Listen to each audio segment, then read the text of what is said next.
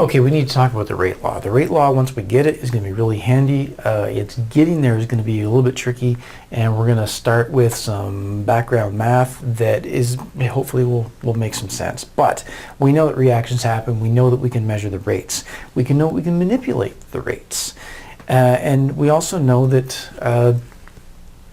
Oops, sorry, but I went back there.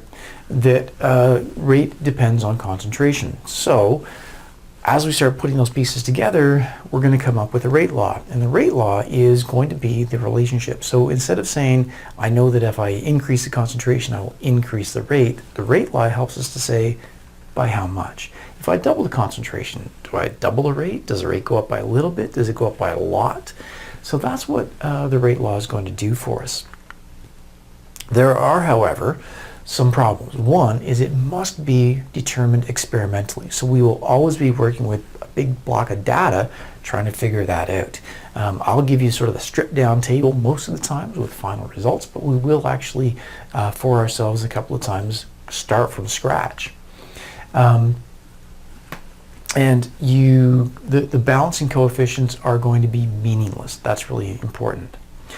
On a reaction, and I've got a very, very generic one here, the rate law, or the rate of production of something, or remember it could be consumption of something, but the rate will be, pick a number, moles per liter per second. That's the rate of that reaction if I'm measuring thing C.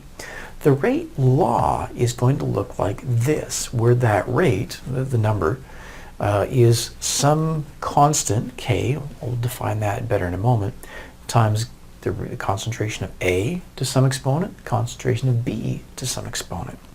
And K there is what's called the rate law constant, and it's going to take care of other factors like temperature and things like that. And it's really, really, really important to understand that the balancing coefficients are not relevant. They do not play into this. Every once in a while, they will just by chance happen to be one of the balancing coefficients, and that's just a coincidence. Okay, I want to go through this kind of quickly. It's just basic working with exponents. So if I take a number raised to some exponent, what do I get? If I have 1 to the exponent of 0, that's going to be 1. If I have 2 to the exponent of 0, it's going to be 2. Big surprise. If I have 1 to the exponent 1, 1. 2 to the exponent 1, you guessed it, 2. 3 to the exponent 1, wait for it, 3. Right, this is not difficult stuff. What about 1 to the exponent 2? 1. 2 to the exponent 2, though, is 4. And 3 to the exponent 2 is 9. Now, why did I tell you all that? Because that kind of pattern is going to be what we use for determining the rate law. Okay, so I've got a reaction. I'm going to collect a bunch of data, and this will be kind of the type of thing you see. Sometimes the trials will be numbered, most times they won't, because it's kind of apparent. But in order to do this, I would have to take that reaction, I would have to do that experiment at least 3 times. The first trial just sets a baseline. I'm determining the rate, and then I change a concentration, just one at a time. So what I'm trying to do is change one concentration at a time and see how that affects the rate, and then get the math into it. Okay, so here's where we're going to go. We're going to set our baseline. And as much as possible, I'm going to use trial 1 just because that is the baseline.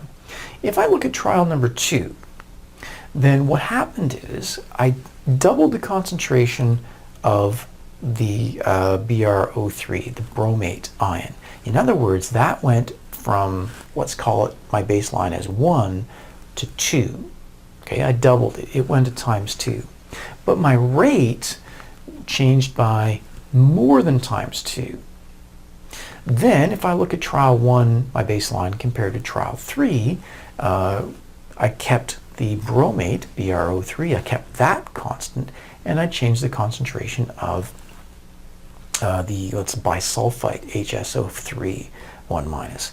And that went from 0.03 to 0.06. So it did a times 2. By the way, it won't always be a times 2, but that's a convenient one for me to use. And the rate went from 0.002 to 0.004. It doubled. So it went from, when I did the concentration times 2, I did the rate times 2. Okay, we want to go a little bit more in depth and we want to work with coming up with the actual rate law. The rate law is going to take that form, concentration of the reactants raised to some exponent. The products will never be part of the rate law because the rate law is how the reactants form the products, how fast. I'm looking at trial 1 to 2. Okay, so first run compared to the second one. Concentration of bromate went up by a ×2. The concentration of the other thing did not change. So that's the NC for no change. And the rate went from 0.002 to 0.008. It went up by a factor of 4. Concentration times 2, rate times 4. I don't care about the times 4 though. That is 2 to the exponent 2. Remember, I'm looking for exponents. So the base for that value will always be what I changed the rate by. So if I change the, sorry, not the rate, the concentration. So the rate went by ×2, so I'm looking for the, yeah, sorry, I'm going to back that up. The concentration went up by ×2, the rate goes up by 2 to some exponent. If the concentration went by ×3, I'm looking for the rate to be a 3 to some exponent.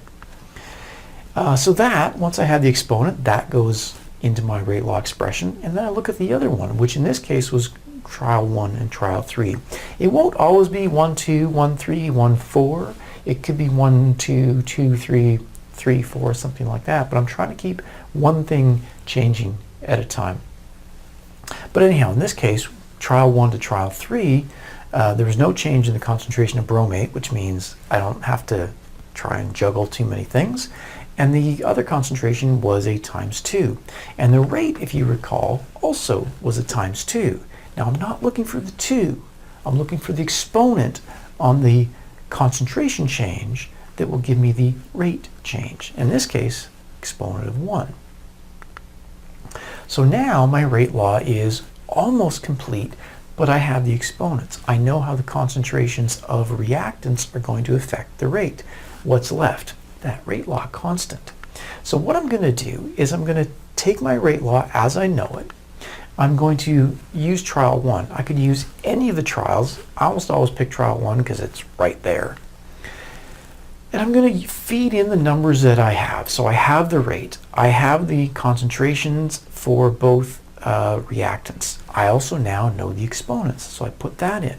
I put all that information in, and the only thing I don't know is K.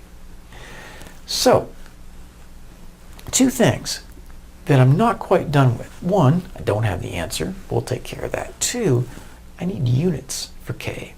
But that'll come back when we get there in class. Okay, so what we should be able to do right now is take the data from a data table and generate the rate law. And that's just keeping an eye on exponents and things. And after that, hopefully I don't forget to take care of the rest of that question and talk about the units of K, because the units of K are really, really, really important.